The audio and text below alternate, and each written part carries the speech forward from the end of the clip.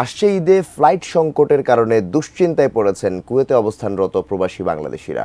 ঈদের আগে ২৬ এপ্রিল থেকে ১১ জুলাই এই আড়াই মাসে কুয়েত ঢাকা কুয়েত রুটে বিমান বাংলাদেশ এয়ারলাইন্সের ফ্লাইট মাত্র ৩টি। কুয়েত থেকে আহাদ আম্বিয়া খোকনের তথ্য ছবিতে ডেস্ক রিপোর্ট।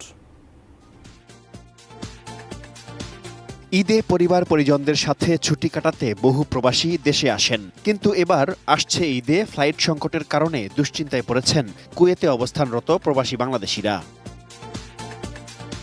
ঈদের আগে ২৬ এপ্রিল থেকে ১১ জুলাই এই আড়াই মাসে কুয়েত ঢাকা কুয়েত রুটে বিমান বাংলাদেশ এয়ারলাইন্সের ফ্লাইট মাত্র ৩টি। বিমানের ফ্লাইট না থাকায় চড়া দামে অন্য এয়ারলাইন্সের টিকিট কিনতে বাধ্য হচ্ছেন প্রবাসী বাংলাদেশিরা। বিমান সংকটের কারণে আমরা কম পয়সাতে দেশে যেতে পারতেছি না। এর কারণে কিছু অসাধু ব্যবসায়ী আছে, টিকিট তারা উচ্চ মূল্যে দাম বৃদ্ধি করে বিক্রি করতেছে। এতে অনেকেই ঈদের ছুটিতে দেশে আসার পরিকল্পনা বাতিল করছেন। প্রবাসীদের অভিযোগ, বিমান সংকটের কারণ দেখিয়ে কিছু অসাধু ব্যবসায়ী টিকিটের দাম বাড়িয়েছেন কয়েক গুণ। দালাল সিন্ডিকেট এগুলা সবগুলা ধরে বইছে। এইভাবে থাকলে তো বাংলাদেশে যাওয়া সম্ভব না। আমাকে খুব কষ্টকর হয়ে যায়। অতি দ্রুত এটার সমাধান আমরা চাই।